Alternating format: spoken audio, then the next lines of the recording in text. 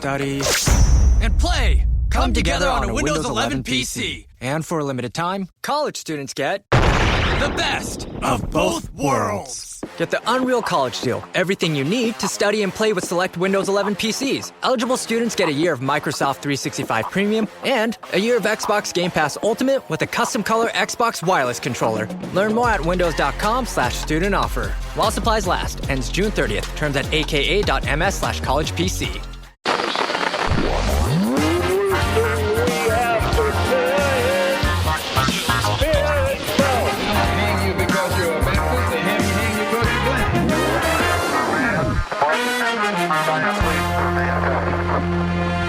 Você está ouvindo o História FM.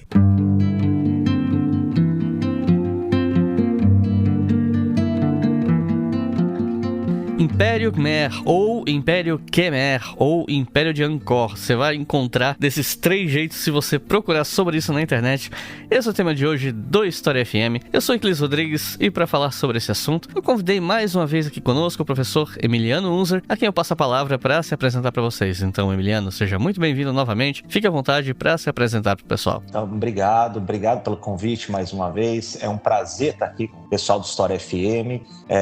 Me chamo Emiliano Unzer, para aqueles que não me conhecem. Sou pesquisador e professor de História da Ásia, pesquiso e trabalho com a área já há mais de 10 anos, né? E isso também inclui regiões que são muito pouco estudados e abordados na história, que eu diria história mundial, né? Porque isso faz parte da história da humanidade. Então vai ser um tema bastante interessante para a gente ouvir hoje. Então é isso, vamos conhecer um pouco mais sobre esse império que a gente raramente ouve falar sobre aqui no Brasil, depois que eu der um recado para vocês.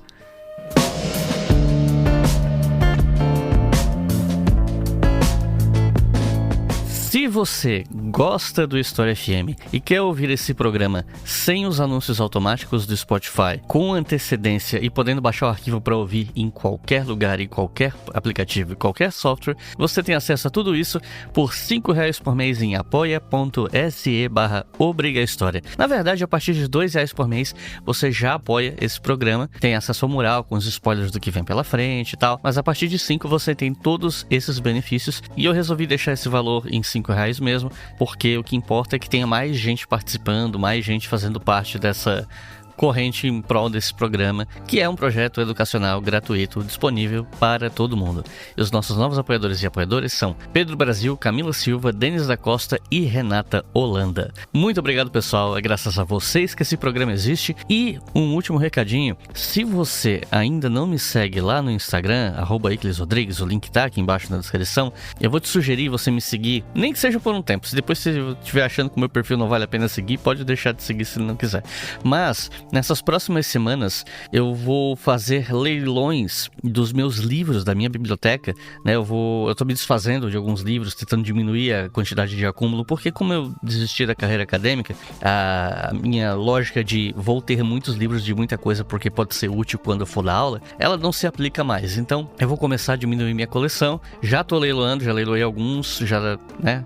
Quando você começar a me seguir depois de ouvir esse episódio, alguns livros já foram, mas mais livros vêm pela frente, beleza? Então me segue lá, o link tá aqui embaixo na descrição, bem como o link do Apoia-se e também nossa chave Pix, se você quiser apoiar por lá, beleza?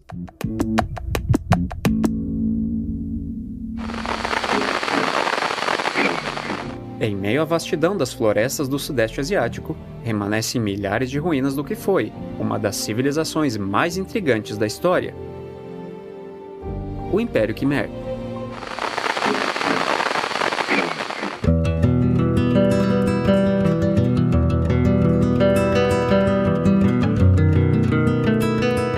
Para começar essa conversa, eu queria pedir para você contextualizar o surgimento do Império Khmer. Eu prefiro chamar ele desse jeito, né? Eu sei que existe um aportuguesamento de Império Khmer, né? Eu prefiro Khmer, não sei. E, enfim, quando a gente fala de grandes impérios pré-modernos, normalmente o foco acaba ficando muito na Europa, né? No Oriente Médio, na China. E o Sudeste Asiático muitas vezes fica meio apagado no imaginário popular, pelo menos por aqui, né? Onde a gente vive. Então eu queria pedir para você explicar qual era a situação dessa região antes da formação desse império. Essa pergunta ela é muito boa, porque na verdade o Sudeste Asiático parece que sofre uma espécie de invisibilidade historiográfica no imaginário ocidental, né? E até mesmo no Brasil, né? Apesar de toda a diversidade que a região do Sudeste Asiático representa. Então, quando a gente pensa, por exemplo, no período do mundo medieval, né, a gente tende a olhar a Europa feudal, o Califado Islâmico, a China das dinastias Tang e Song, né, mas o Sudeste Asiático ele costuma quase que surgir como um pano de fundo de rotas comerciais, né, como se fosse assim, um corredor entre a Índia e a China e não um espaço de criação histórica própria. Né. Então, situar a região, né, eu acho que hoje você tem a região do Camboja, Tailândia, Vietnã Meridional e o Laos, e era nos primeiros séculos da Era Comum um mosaico de estados, né, de potentados, né, estados, reinos menores, organizados em cima de elites sacerdotais guerreiras, com formas de organização políticas diversas, né, muitas vezes organizado no que é chamado de Estados Mandala, né? Um conceito que o Walters vai desenvolver depois para a região. Então, essa ideia de Estado Mandala é um poder político que não se organiza propriamente uma entidade fixa territorial, né? Com fronteiras bem demarcadas, mas é a partir de centros irradiadores de prestígio, força militar e legitimidade religiosa. Né? E, claro, à medida que a distância vai aumentando do centro, vai diminuindo o poder, e as periferias são zonas de competição, de transição para outros polos de influência. Então, nesse contexto, dois grandes reinos vai surgir, né, aquele do Império Khmer, né, que eu também vou falar Khmer também. E o primeiro, de acordo com a historiografia, que a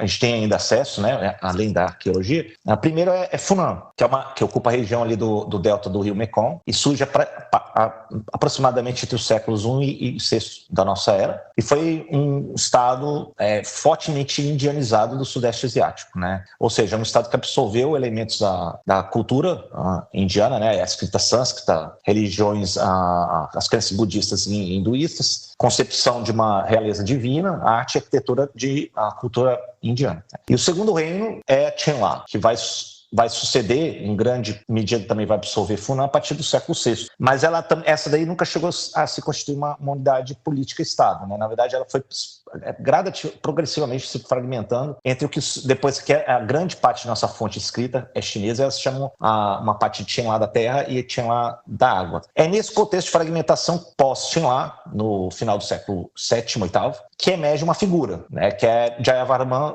II. E com ele os primeiros contornos que vai ser, que a gente denomina o Império Khmer. E uma coisa muito importante nesse processo é a figura do Jayavarman II, não sei se a pronúncia está correta, mas enfim, ele normalmente aparece como fundador do Império, né, pelo menos no pouco que eu vi a respeito. Queria pedir para você explicar como é que esse Império se estabelece, quem foi esse governante, como é que ele consolidou o poder, o que é que significa essa ideia de Devaraja ou Devaraya, não sei qual é a pronúncia também, né? A ideia de rei divino, pensando qual é a função disso dentro da organização política e religiosa do Império, enfim.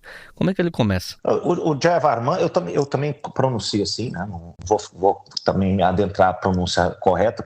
O nosso fim é mais isso aqui didático para as pessoas ouvirem. E é importante só notar, todos os soberanos Khmer, eles terminam com Varman. E Varman é provedor. Então todos vão ter, por exemplo, esse é o provedor Jaya. Talvez Jaya remeta à questão de Java na Indonésia, né? Mas Jayavarman, ele é uma figura que ela é praticamente central do que a gente ainda consegue ter desse período de fundação, né? Ele reina entre 802 e 834, né? Talvez 802 é um período que a gente tem registro em que ele é consagrado numa cerimônia, né, no Monte Mahendra Parvat, que hoje é a cadeia de Pon Kulen, né, no nordeste de Angkor. Jayavarman é proclamado, então, soberano, como Império Khmer, né, que talvez tenha alguma relação simbólica ou subordinada com Java. Né. Isso é importante, porque ele está afirmando que o reino Khmer ele não deve mais tributo a nenhum outro poder externo, seja Java, seja qualquer outro.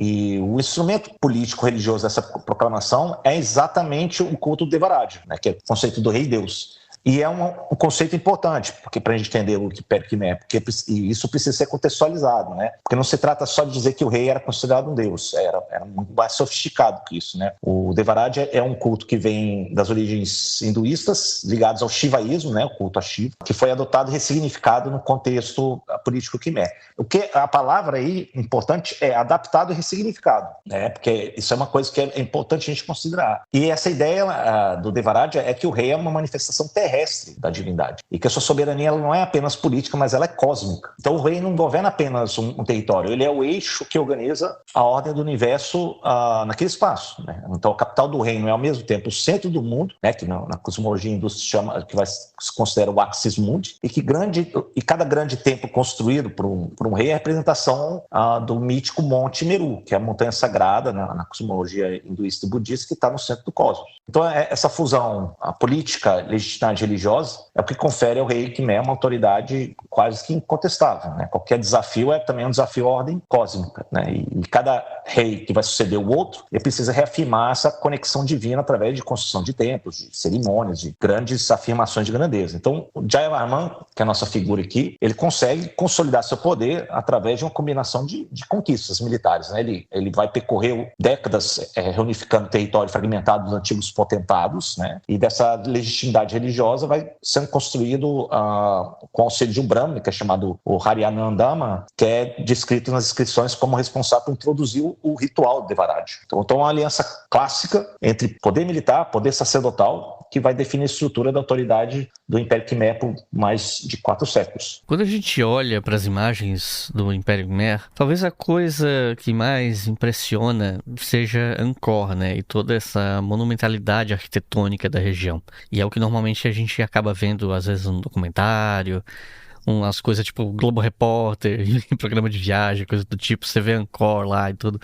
Então eu queria pedir para você explicar pra gente a importância de Angkor, o tamanho dessa cidade, como ela era organizada e por que ela acabou se tornando uma das maiores cidades pré-industriais do mundo, né? O tipo de coisa que a gente às vezes nem fica sabendo. Sem sombra de dúvida, Angkor é uma das maiores realizações humanas da história da humanidade. Eu acredito que, na verdade, ela é até muito ainda subestimada, apesar de ter essa abordagem mais espetacular e bastante ainda bem rasa, né, do que é o Angkor, as ruínas Khmer naquela região. Ainda tem que ganhar uma profundidade maior no público, né, nos estudiosos e públicos aqui no Brasil. E eu acho que é extraordinário porque eu não é somente estou sendo retórico, né? Na verdade, os dados arqueológicos mostram que Angkor, no seu apogeu entre os séculos 11 e 13, era quase com certeza a maior aglomeração urbana pré-industrial do mundo, com uma área estimada em 1.000 a 3.000 quilômetros quadrados. Você ouviu certo, 1.000 a 3.000 quilômetros quadrados, dependendo de onde você traça os limites, claro, né? Mas então, para vocês terem uma comparação, Londres medieval mal chegava a alguns quilômetros quadrados. E Roma, no seu apogeu imperial, dentro das muralhas, ocupava talvez 13 quilômetros quadrados. Então, Angkor era uma outra ordem de grandeza, né? Mas o que a gente precisa entender é que Angkor não é uma cidade só. Ele é um complexo de localidades, cidades que se sucedem, se sobrepõem ao longo dos séculos, né? E cada rei tinha o que assumia o trono, tendia a estabelecer sua própria capital, um templo, montanha, nessa ordem, né, espacial ancoriana. Então, o que a gente chama de Angkor, na verdade, é uma suposição de capitais, de centros cerimoniais, construídos, né, e às vezes abandonados ao longo de mais de 500 anos. E a cidade que a gente melhor conhece arqueologicamente é Angkor Thom, que é a grande Angkor, né, que é construído pelo rei Jayavarman VII no final do século XII. Ela é uma cidade planejada, né, com uma geometria bastante rigorosa, né, os muros aproximadamente 12 quilômetros de perímetro, um fosso ao redor, 4 grandes avenidas que se encontram no centro, onde fica o templo Bayon, com suas famosas torres de faces, né, que todos já devemos ter visto em algum momento. E no interior dessa malha existia toda uma infraestrutura urbana, né? Tem os palácios, tinha os templos menores, mercados e habitações. Mas essas últimas, claro, todas construídas em madeira, elas não sobreviveram. E uma coisa que as pesquisas mais recentes revelam, que deixa mais claro, é que a cidade de Angkor não era densa, no sentido de que a gente imagina cidades medievais europeias, ou cidades islâmicas, né? Ela é uma urbanização dispersa, com grandes áreas agrícolas intercaladas, com zonas residenciais, templos e infraestrutura hidráulica. Então isso faz sentido dentro de uma lógica econômica baseada no arroz irrigado. A população precisava estar próximo das terras cultiváveis e do sistema de irrigação. E é interessante, porque aí como a gente constata que a cidade e o campo, eles não são espaços separados, eles eram parte de um mesmo organismo. Uma coisa muito interessante no caso do Império Khmer e tal, é essa estrutura hidráulica construída por eles, com reservatórios, canais, sistemas de irrigação extremamente complexos e tal. Eu queria pedir para você explicar como é que funcionava esse sistema hidráulico e a importância dele para a agricultura, para a manutenção do poder político do Império, porque a gente pressupõe que, né, se você tem ali um centro do Império que tem toda essa tecnologia desenvolvida e que ela é fundamental para a produção de alimento, isso implica em prestígio do poder central, implica em concentração de poder, enfim, o que você puder falar a respeito?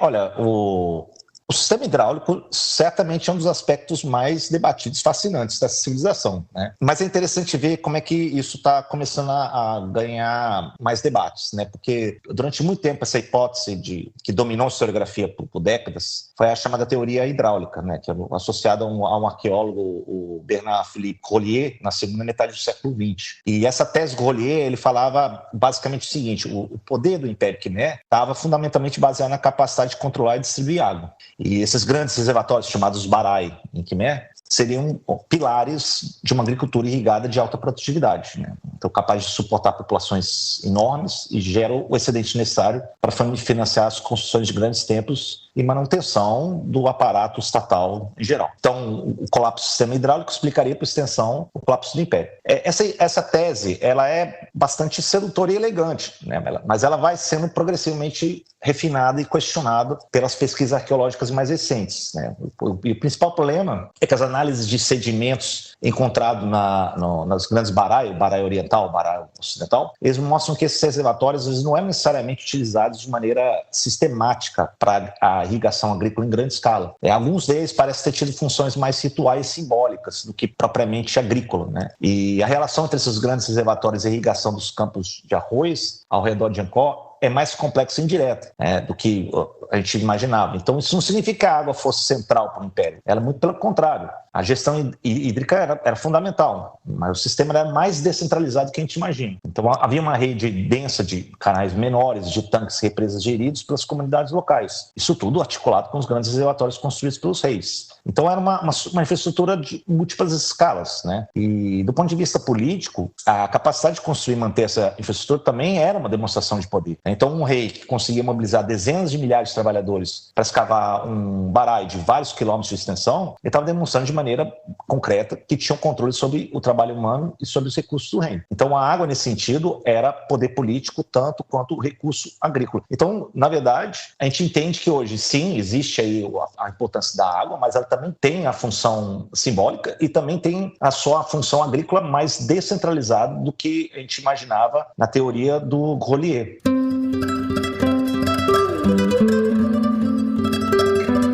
Você aí que tá ouvindo esse episódio não conseguiu comprar suas peças da Insider na segunda e na terça passada e perdeu os 5% de desconto para pagamento no Pix? Então eu vim aqui para dizer para você que você tem mais uma chance. Só hoje e amanhã, dias 22 e 23 de junho, 5% de desconto para compras no Pix, para você passar esse começo de inverno com roupa confortável e para ter roupa nova e de qualidade para viajar nas férias. Até porque eu sei que vários de vocês que me ouvem são estudantes, professores e vocês aproveitam as férias do meio do ano para viajar quando sobra um dinheirinho. Então viaja com a Insider que não tem erro. E não te esquece, compras acima de R$399, o frete é grátis. É só usar o meu cupom HistóriaFM na hora de fechar a compra ou, mais fácil ainda, compra pelo meu link que tá na descrição desse episódio que o cupom é aplicado automaticamente, beleza? Agora sim, vamos de volta pro episódio.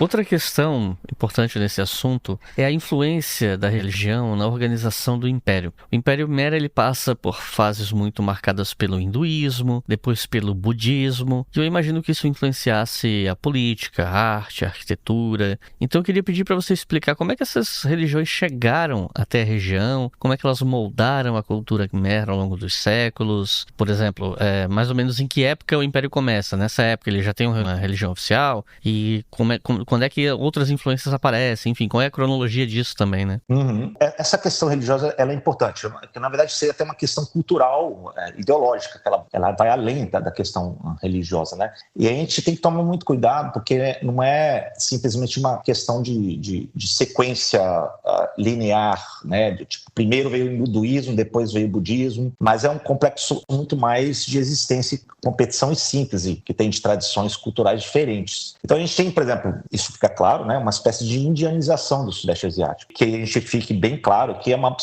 absorção de elementos da cultura indiana por parte das elites políticas e culturais da região cambodiana, né? Dentro do Império Khmer. E isso já acontecia muito antes do auge do Império Khmer, né? Talvez já nos primeiros séculos da nossa era, sobre Funan, sobre Tianlan, né? E é importante sublinhar que os historiadores eles debatem muito esse processo, né? Não foi uma conquista, imposição indiana, né? Não tem evidência de uma colonização indiana do Sudeste Asiático em qualquer sentido político-militar. Foi antes um processo de adoção seletivo, né? Em que as elites locais encontram nas tradições culturais, políticas, religiosas indianas instrumentos úteis para se legitimar e organizar esse poder. Então, o hinduísmo, e aí especialmente o shivaísmo, o culto a Shiva, e depois em menor medida o vishnuísmo, o culto a Vishnu, ele fornece uma cosmologia, uma concepção de realeza divina, uma tradição de construção monumental e um repertório iconográfico bastante rico, né? Os primeiros grandes templos Khmer, por exemplo, são templos hinduístas, o Preako,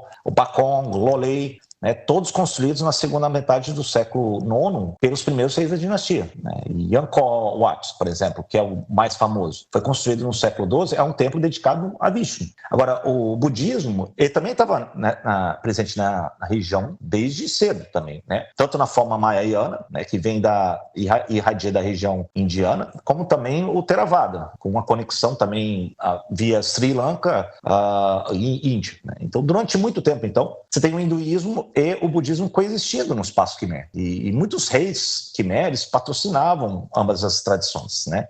Por exemplo, Jayavarman VII, que é o maior rei construtor do Império Khmer, ele começa a promover obras do budismo mahayano, né? Que aí, nesse caso, se torna uma religião oficial do Estado. O Jayavarman VII, por exemplo, ele não constrói apenas grandes complexos budistas, como o Bonkoton, o Bayon, o Tapron, o Preakan, né? Como se apresentava ele mesmo com a figura central da incorporação da paixão budista. Então, após a morte de Jayavarman VII, no início do século XIII, a gente tem um movimento gradativo de restauração hinduísta que tinha antes de Jayavarman VII, né? Então, algumas imagens budistas foram destruídas, modificadas, e por fim, a partir do século XIII, XIV, o budismo Theravada, né, uma tradição que remete aí ao Sri Lanka, né, e à costa birmanesa, começa a se difundir cada vez mais amplamente pela população. E acaba se tornando, então, a tradição religiosa dominante no Camboja, como é até os dias de hoje. Já que a gente falou de religião e arquitetura, eu queria entrar especificamente em Angkor Wat, que talvez seja o monumento mais famoso do Império. Eu queria pedir para você explicar quando e por que esse complexo foi construído, se ele tinha alguma função religiosa ou política específica,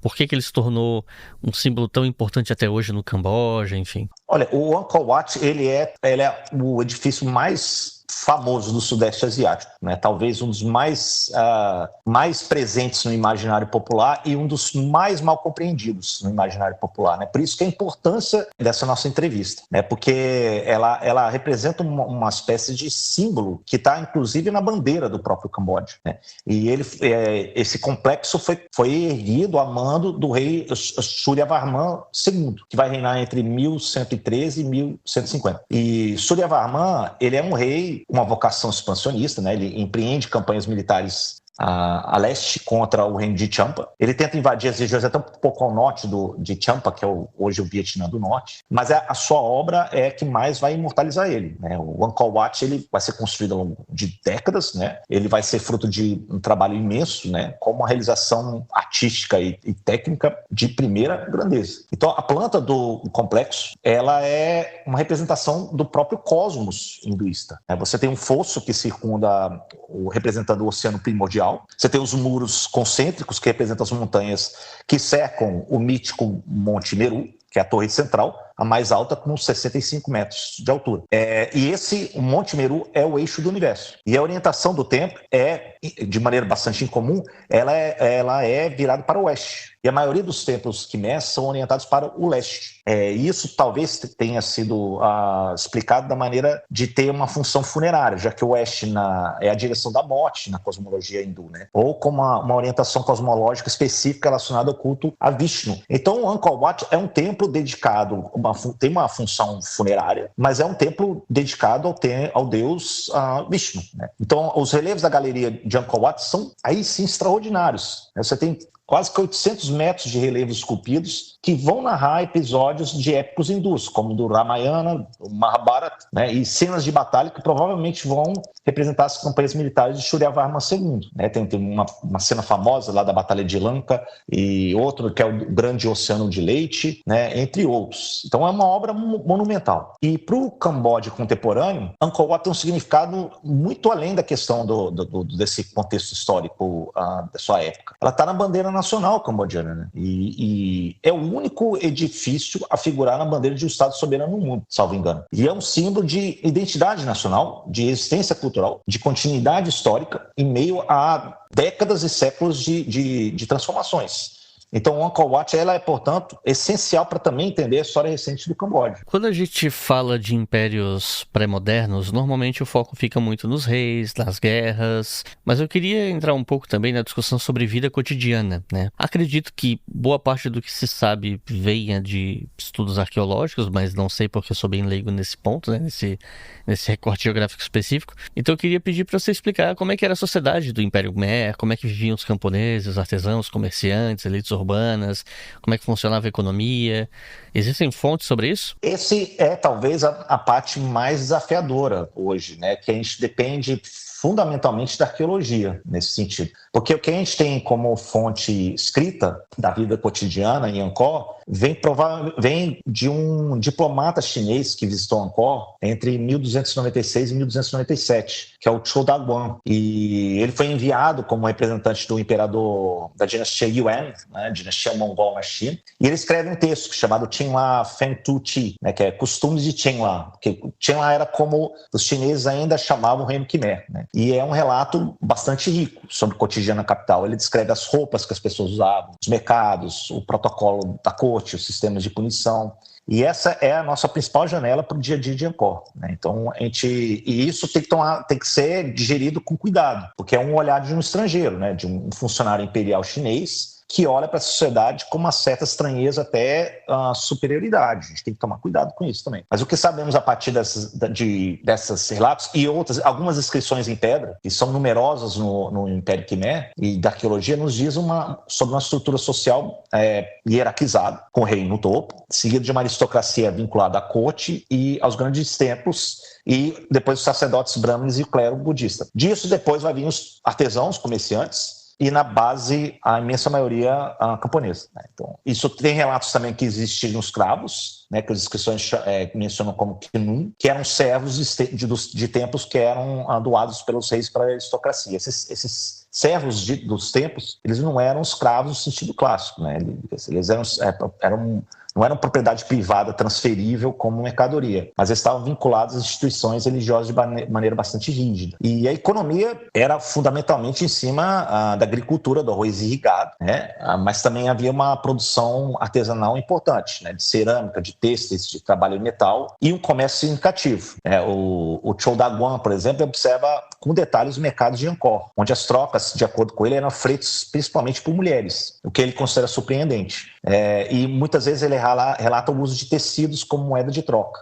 Parece que não havia moeda metálica circulando nos mercados locais, né? O ouro e a prata serviam para transações de grande valor, mas o cotidiano parece que funcionava na base do escambo.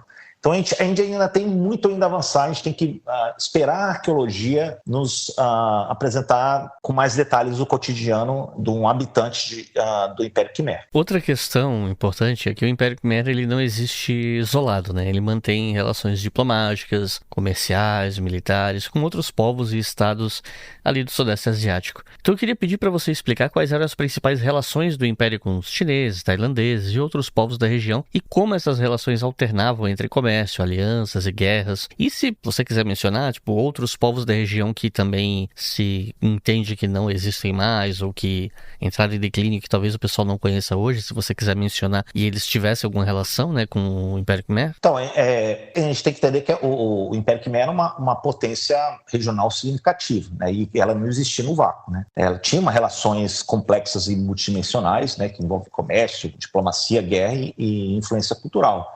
O que eu iria destacar primeiro é a relação com a China, né, como a gente até estava falando anteriormente aqui. O Império Khmer, ele parece que enviou missões diplomáticas regulares à China, né, isso de acordo com as fontes chinesas registram pelo menos uma dúzia dessas missões ao longo do século do IX ao século XIV. Essas missões tinham um caráter ritualístico dentro do sistema tributário chinês. Tá? O reino Khmer ele não se apresenta, ele se apresenta formalmente como tributário do imperador chinês. Ele enviava presentes e recebia em troca reconhecimento, mercadorias e implicitamente uma proteção diplomática. Mas é importante dizer que isso não é uma vassalagem real. O Império Khmer era suficientemente distante e poderoso para que essa relação fosse mais simbólica do que substantiva. Comercialmente, havia uma rede marítima que conectava o Sudeste Asiático continental com a China, a Índia e o Oriente Médio. Angkor, sendo um império mais interiorano, e não era propriamente um porto, né, perto do litoral, mas ele controlava territórios com saídas ao mar e se beneficiava das rotas comerciais que atravessam a região. Então, produtos como especiarias, madeiras preciosas, resinas, produtos florestais e cerâmicas, eles vão circular para essas redes. As relações com os reinos vizinhos do Sudeste Asiático eram muito mais imediatas e frequentemente conflituosas. O reino de Pagan, na atual Birmânia, Myanmar, a oeste, os reinos de Mon, da região atual da Tailândia, também a oeste, e sobretudo Champa, no atual Vietnã Central, eram, ao mesmo tempo, parceiros comerciais e, por vezes, rivais militares. E as fronteiras entre esses estados eram bastante contestadas. Muitas vezes faziam-se alianças, se desfazia, refaziam conforme as conjunturas políticas. E justamente essa é a lógica que sustenta o Estado Mandala, né, que eu mencionei antes. Não há fronteiras fixas, mas você tem zonas de influência em constante renegociação. Uma coisa marcante da história do Império Khmer são os conflitos constantes com o reino de Champa. Acho que é essa a pronúncia, eu não sei. Então eu queria pedir para você explicar como é que funcionava essa rivalidade, né, mais aprofundadamente, quais os principais conflitos entre os dois estados, por que eles tinham esses conflitos e o impacto que essas guerras tiveram para o desenvolvimento do Império. Olha, o Império Khmer e o Reino de Champa é um dos mais dramáticos que tem registrado da história do Sudeste Asiático. Tá? Eu acho absolutamente extraordinário. Essas relações elas estão marcadas na pedra, né? A gente consegue ver isso na história do Império Khmer. Champa ele é um reino localizado na costa central do atual Vietnã, né? Era um povo de origem austronésia, falante de línguas da família malaio-polinésio, né? Fortemente influenciado pelo hinduísmo, mas também com conexões com o mundo marítimo insular do Sudeste Asiático. Os Chams, né, eram excelentes marinheiros, comerciantes guerreiros e mantinham uma presença histórica significativa no litoral vietnamita central por mais de um milênio. Os conflitos entre os Khmer e os Chams, do reino de Champa, foram intermitentes ao longo de séculos. Às vezes um atacava o outro, às vezes havia paz e aliança, mas o momento mais dramático dessa rivalidade entre os dois reinos acontece em 1177, quando uma frota Chan ele navega pelo rio Mekong acima, chega no lago Tonle Sap, onde fornecia grande parte da água dos recursos hídricos de Angkor. Ele chega, então, pela interioridade e ataca Angkor de surpresa. A capital vai ser tomada, vai ser saqueada, e o reino Khmer da época ele morre nesse conflito. E nisso aí já é um evento traumático extraordinário na história do Império Khmer. Uma das grandes cidades do mundo tinha sido capturado por um invasor de surpresa, né, pelas vias fluviais. E esse trauma, na verdade, gera uma grande resposta, né? E isso aí que vem a reação em cima de um príncipe da época, que era Jayavarman, que vai depois assumir como rei Jayavarman VII. Ele que organiza a resistência e reunifica as forças Khmer e expulsa os Chams numa contraofensiva massiva. Então, entre 1190 e 1203, as forças Khmer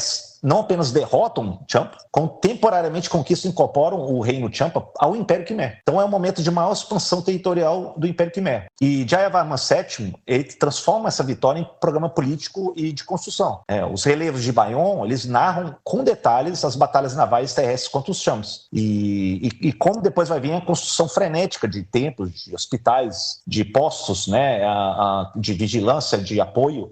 E isso acho que pode ser interpretado como uma demonstração de poder e de recuperação após o trauma da invasão. Então, aqueles que tiverem a oportunidade de ir para contemplar as ruínas Khmer, na região ali central do Camboja hoje, vocês podem reparar que muitas das principais ruínas visitadas vêm das mãos de Jayavarman VII. Né? E ele, com muita força expressiva, ele demonstrou, olha, eu tive uma grande batalha, que compara, inclusive, nas batalhas épicas do Mahabharata, e fala assim, olha, eu combati outros invasores, venci e construí a grandeza do Império.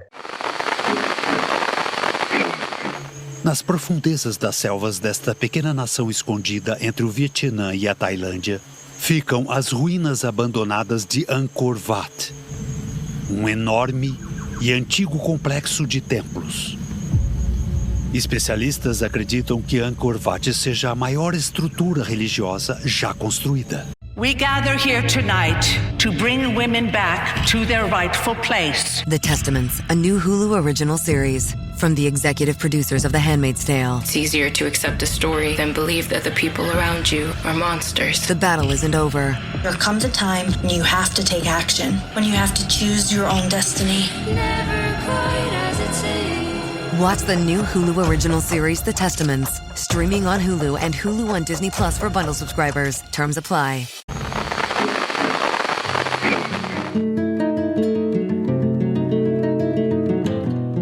Conforme os séculos vão passando, o Império Khmer começa lentamente a entrar em crise. E aí eu queria entender quais fatores contribuíram para esse enfraquecimento, né? Como é que começa esse declínio? Olha, é um processo longo, né? É um processo que começa ainda no século XIII, né? Depois de Jayavarman VII, né? Isso fica bastante claro, vai se estendendo pelo século XIV e século XV. Então, ela não tem uma causa única, mas é um conjunto de fatores que vão se sobrepor para resultar nisso. E o primeiro fator que a gente pode observar são as questões de sucessão e de guerras civis. Né? O Império Khmer ele tinha um problema de sucessão ao poder, né? Não tinha um sistema de sucessão estável e claro. Então, a morte de um grande rei tendia a desencadear disputa entre as facções aristocráticas que apoiavam diferentes pretendentes, né?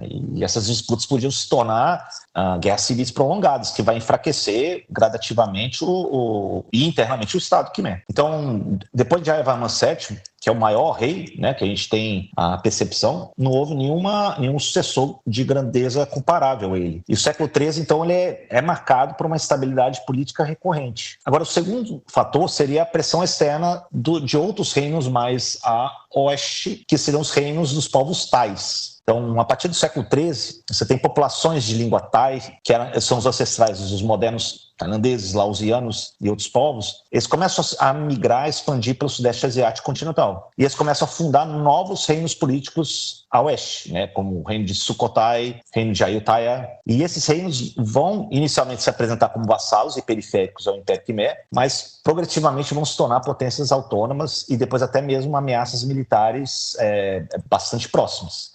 Então, você vê, por exemplo, Ayutthaya em particular, ele vai, ataca e saqueia Angkor várias vezes no século XV, por exemplo. Terceiro fator seria, aqui a arqueologia tem muito a contribuir por isso, é a questão ambiental climática. Né? Então, a gente tem análise, por exemplo, de registros de pólen, sedimentos, que a região de Angkor, por exemplo, experimentou nos séculos XIV e XV uma série de eventos climáticos severos. Você tem secas prolongadas, intercaladas com monções excepcionalmente intensas. E esse padrão climático irregular, ele vai ter um efeito devastador para o sistema de gestão hídrica, que dependia da regularidade relativa das chuvas. Então, cheias violentas poderiam destruir diques e canais, secas poderiam deixar os reservatórios sem água por uma época crucial para o plantio. Então, a soma desses três fatores, a instabilidade política, pressão militar externa e degradação ambiental, vão contribuir para as condições para o lento esvaziamento de Angkor como o centro político. Existe também certo debate a respeito do abandono gradual de Angkor. Durante muito tempo se imaginou quase um colapso súbito, como se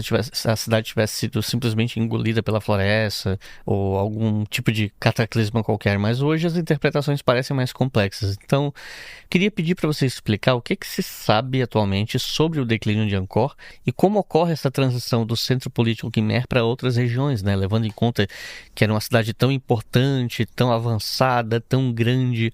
O que faz as pessoas quererem sair de um lugar assim, no Império, no centro do Império, né? É interessante, porque durante muito tempo a gente tinha essa imagem de colapso súbito de Angkor, né? Que foi uma cidade que parece que foi engolida pela floresta de uma hora para outra, né? Abandonada misteriosamente. Essa é uma percepção que a gente herdou muito de uma construção histórica eurocêntrica de um explorador naturalista e viajante francês do século XIX, que é o Henri Murrow. E Murrow, ele, entre aspas, redescobriu os templos de Angkor em 1860 para o público europeu. E eu coloco que redescobrir entre aspas porque os templos nunca foram esquecidos para a população local. Você tinha monges budistas em Angkor Wat quando o próprio Murrow estava lá. E ele ficou maravilhado também com o contraste entre a grandiosidade dos monumentos e o aparente estado de abandono da cidade ao redor. Então isso vai alimentar uma narrativa do mistério, né? Como a civilização tão avançada poderia ter simplesmente desaparecido.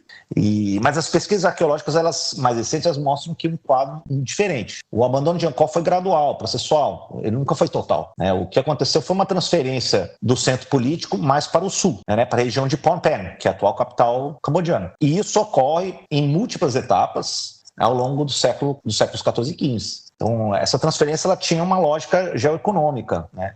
O comércio marítimo estava começando a se tornar progressivamente mais importante do que a agricultura irrigada do interior. O delta do Mekong e os rios navegáveis do sul ofereciam acesso às redes comerciais marítimas que Angkor, que era uma cidade bastante interiorana, não conseguia proporcionar. Então, o que houve, na verdade, não foi um abandono catastrófico, mas teve uma reorientação geoeconômica do reino. Angkor continuou sendo habitado. A gente sabe que havia população vivendo na região muito depois do século XV. Os templos continuaram sendo locais de culto, mas o centro de poder político ele vai se deslocar mais para o sul. Aqui eu queria falar mais sobre arqueologia e historiografia também, porque pelo que eu estava vendo, nas últimas décadas, tecnologias como sensoriamento remoto, imagem de satélite, pesquisas arqueológicas mais recentes e tal, mudaram bastante o que se sabe sobre o Império Khmer e sobre Angkor, né? Imagino que muitas dessas tecnologias sejam análogas ao que tem se usado, por exemplo, para se fazer estudos arqueológicos na região da Amazônia hoje e tal, e muito desconhecimento sobre o assunto acaba fazendo com que as pessoas gerem aquelas teorias bizarras, tipo Ratanabá e não sei o quê, mas enfim,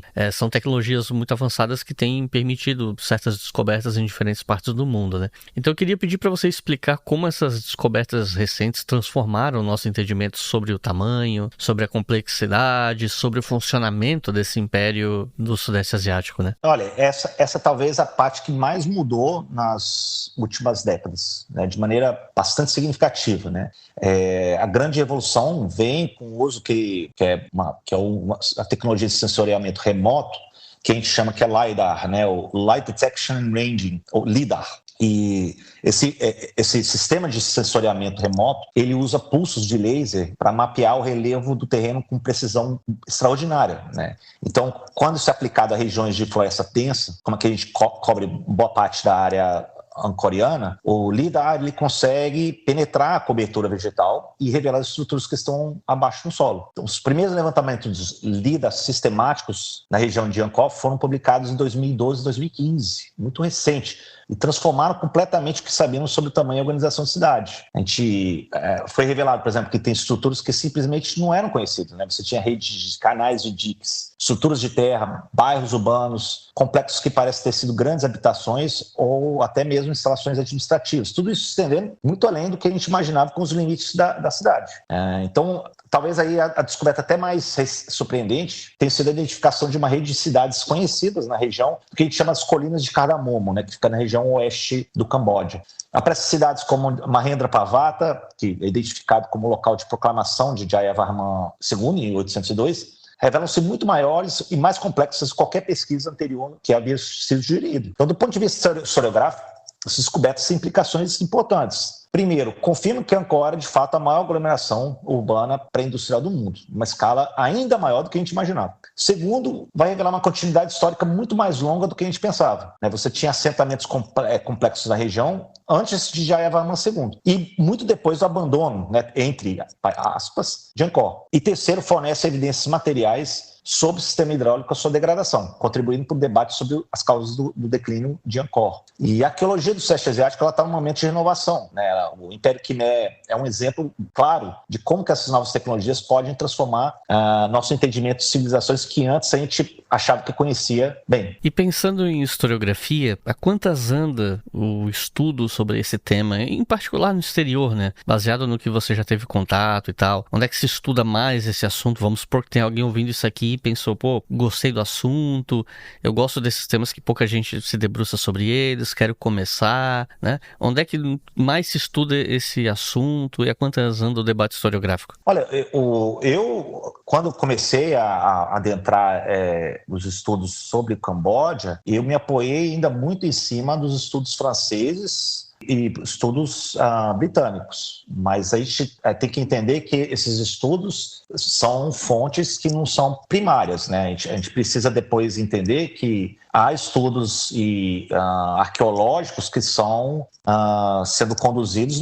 entre as próprias instituições cambodianas, que depois do trauma nos anos 80, eles estão agora tendo um apoio internacional, inclusive muito apoio de instituições japonesas para a arqueologia. A gente depende hoje fundamentalmente da arqueologia para nos esclarecer mais do que sabemos a respeito disso. Sobre publicações mais acessíveis para o público interessado, tem bons livros em francês e inglês, Mas, assim, se você quiser ter um estudo ainda mais aprofundado, você precisa lidar mais com os estudos arqueológicos. Salvo engano, nessa reportagem que você tinha até mencionado sobre no Globo Repórter, existe um arqueólogo brasileiro que está trabalhando lá nas escavações do Ruínas Khmer. Não lembro o nome dele, até conversei com ele brevemente, mas ele é um dos que estão lá envolvidos nas escavações. Então, seriam mais ou menos essas orientações que eu poderia dar para o público interessado. Porque, de fato, em língua portuguesa, a gente tem muito pouco,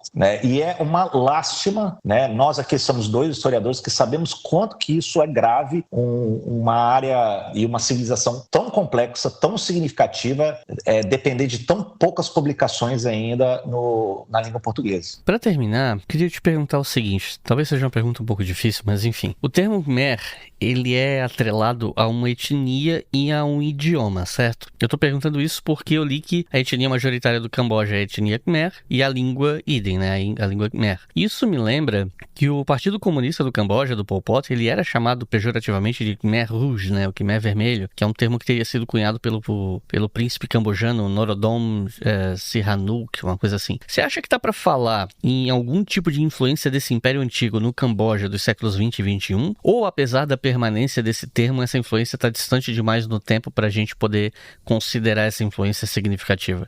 Eu acho que ela serviu como um símbolo, Ela foi reapropriada de diversas maneiras.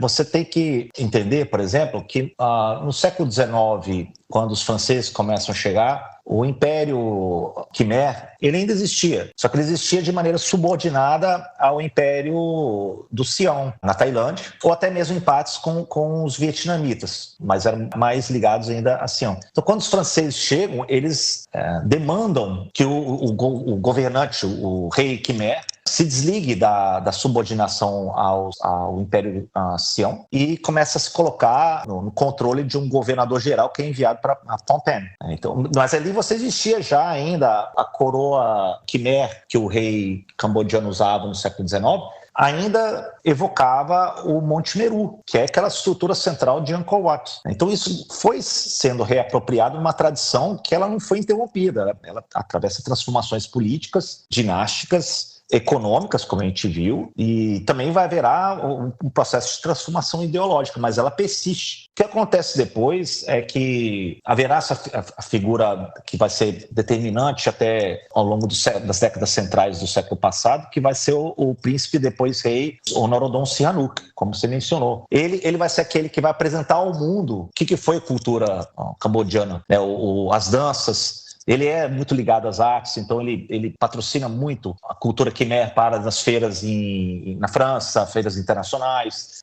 Ele organiza companhias de balé, de dança cambodiana para as grandes capitais europeias. Então a Europa começa a ter essa percepção do que é, e é riquíssima a cultura Khmer. O que depois acontece, um período de tragédia, é que o Norodom, o rei, ele eventualmente ele se mantém neutro no primeiro momento com relação à guerra do Vietnã e os americanos, né? E os americanos depois, inevitavelmente, vão ficar insatisfeitos com a posição do Sihanouk, né? o rei, e aí eles começam então a bombardear intensamente a região do território cambodiano, que era fronteira com o Vietnã. Isso é massivamente bombardeado, assim como o Laos vai ser massivamente bombardeado pelos americanos, né? E isso provoca um trauma terrível, que vai vir uma geração de cambodianos depois, que vão invadir as grandes cidades. E é esse partido, esse regime, que depois o rei cambodiano foge para o exílio e ele denomina como o Khmer Rouge, né, o Khmer Vermelho. E esse partido, ele toma o poder,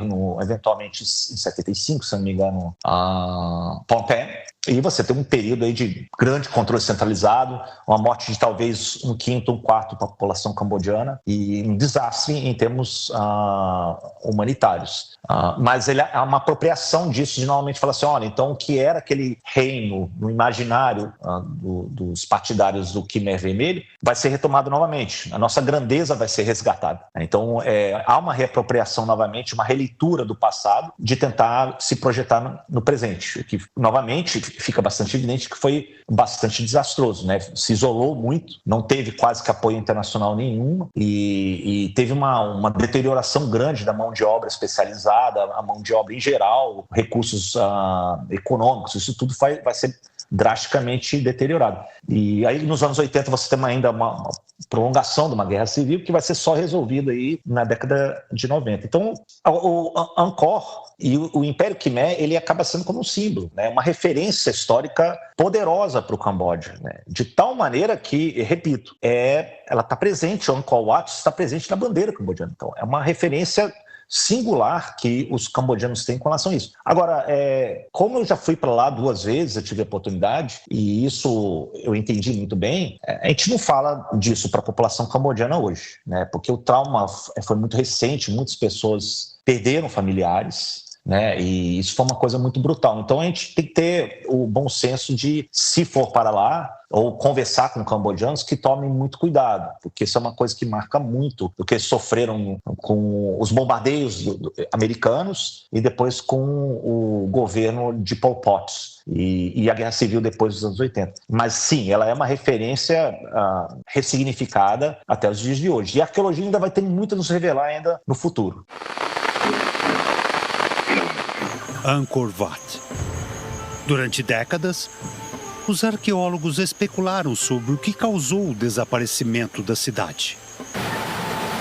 Inúmeras teorias culpando tudo, desde as mudanças climáticas até exércitos invasores, foram propostas. No entanto, ninguém sabe ao certo por que quase 1 milhão de pessoas optaram por abandonar esses magníficos templos.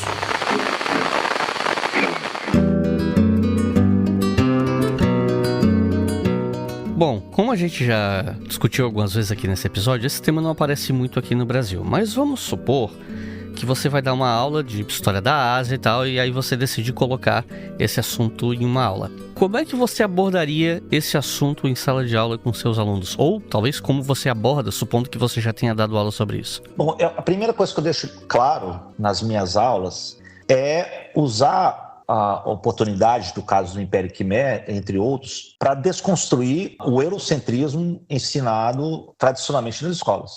Quando a gente mostra, por exemplo, a um aluno isso na escola ensino primário, secundário, e que você pode mostrar que no século XII, enquanto a Europa ocidental estava construindo ao longo de décadas suas catedrais góticas, você tinha uma cidade de milhões de habitantes no Sudeste Asiático, uma infraestrutura hidráulica muito mais sofisticado do que qualquer horizonte dos tempos ali na Europa da época. Então isso eu iria primeiro provocar um deslocamento epistemológico, né, de questionamento epistemológico, questionar os pressupostos e abrir as perspectivas, né. Um segundo recurso que eu acho que é interessante, que eu uso nas aulas, são imagens. Então, o Angkor, ele tem um impacto de beleza, de uma complexidade singular, né? E você tem várias fotografias, vídeos, reconstruções tridimensionais disponíveis gratuitamente na internet. Mostrar aos alunos, por exemplo, eu acho interessante, os relevos da batalha de Jayavarman VII, né, de Angkor, aquelas faces dos bodhisattvas budistas em Bayon, as raízes das árvores que vão abraçando as pedras de Tapron. Isso vai criar uma conexão afetiva com o material que nenhum texto escrito iria conseguir reproduzir. Então isso é uma coisa que eu acho que é interessante. Eu sempre busco isso nas aulas e recomendo também para os professores de história isso. E o terceiro ponto é com relação à interdisciplinaridade, né? O caso Khmer, ele dialoga com questões da climatologia histórica, com arqueologia, com a história das religiões e a história ambiental. Então é um tema que permite que o professor vai cruzar fronteiras disciplinares de maneira bem natural. E, finalmente, acho que o Camboja contemporâneo, a gente não pode ensinar o Império Khmer sem falar da história mais recente, né, do genocídio que aconteceu na época do Khmer Vermelho dos anos 70, né, que vai ter um resultado de 1/5 ou 1/4 da população sendo morta, né, e isso a gente pode também mostrar como que as referências que foram apropriadas do passado imperial para legitimar esse regime de sua época. Então isso é um símbolo que carrega muitas camadas de memória e trauma ainda muito recentes. Isso também pode ser também um impacto bastante claro para os alunos. Coisa que eu trabalho, isso eu vou matizando isso depois nas aulas, quando chega mais na contemporaneidade. Mas eu gostaria de deixar claro que não é simplesmente a questão do Camboja se resumir a um regime que muitas pessoas morreram. Eles são herdeiros de uma tradição cultural, arquitetônica, política, ideológica magníficos, né? Isso é uma coisa que a gente precisa resgatar. A gente tem que questionar essa herança eurocêntrica, demasiadamente eurocêntrica, que a gente herda quando a gente começa a estudar a história no ensino fundamental, no ensino médio. A gente precisa diversificar muito mais aí as regiões a serem ensinadas para os alunos em geral. E, para terminar, 3 livros sobre o assunto, ou livro que tenha capítulo sobre o assunto, o que você recomenda? E eu sei que você escreveu sobre, então, se você puder recomendar algo que você escreveu, fica à vontade. Olha, o primeiro livro que eu iria indicar, eu acho que é em inglês, que é do David Chandler, History of Cambodia. Ele já tem várias edições. E ele talvez seja a síntese mais acessível e abrangente da história cambodiana do período mais recuado até o século XX. O Chandler vai ser um dos maiores especialistas do Camboja na língua inglesa e eu acho que é um ponto de partida interessante. Uma outra referência que eu iria indicar em inglês também é do Michael Cole, que ele escreve Angkor and the Khmer Civilization, que é um livro mais focado em Angkor e na civilização Khmer. Ele é muito bem escrito, né, para um público não especializado, e Cole ele é um arqueólogo, então ele traz muito a análise arqueológica como uma síntese histórica. E uma terceira referência talvez seja que eu escrevi, né, num volume, num capítulo de um livro que foi publicado pela editora da UFPE, né, da Universidade Federal de Pernambuco, que é um livro que foi organizado pelo professor Bruno Joa, que foi publicado em 2023, que se chama Para Além da Idade Média Cristã, se eu não me engano, uma coisa assim, sobre outros medievos, né? Então o livro ele vai partir de um projeto historiográfico bem interessante, que ele vai buscar pensar a ideia de medievalismo fora do quadro europeu. Então ele vai olhar para as outras regiões do mundo. Isso inclui também a África, o Oriente Médio, o continente americano e o Sudeste Asiático. E no meu caso, que é no capítulo 13, se eu não me engano, que tem o título Império das Águas, o capítulo que eu escrevi aí, ele vai buscar articular as questões da herança da cultura indiana, arquitetura monumental, sistema hidráulico, tudo para que o público leitor, universitário, tenha um texto para começar a trabalhar como base em língua portuguesa. Então, na verdade, eu até deixei isso, fui convidado pelo professor Bruno Cho para produzir algo também sobre a história cambodiana, que era uma coisa que ficou bastante evidente que faz falta no meio acadêmico brasileiro nos dias de hoje. Então, fica aqui 3 dicas de leitura para o público ouvinte. Então é isso, gente. Emiliano, tem alguma consideração final? Nenhuma. Eu só iria recomendar, se vocês tiverem oportunidade um dia na vida de poderem ir para o Sudeste Asiático, não deixem de ir visitar a região de Siem Reap. Siem Reap é a cidade mais próxima onde ficam as ruínas Khmer. É um dos lugares obrigatórios se você quiser perceber a riqueza, monumentalidade do Império Khmer. Então é isso, gente. Muito obrigado por terem ouvido até o final.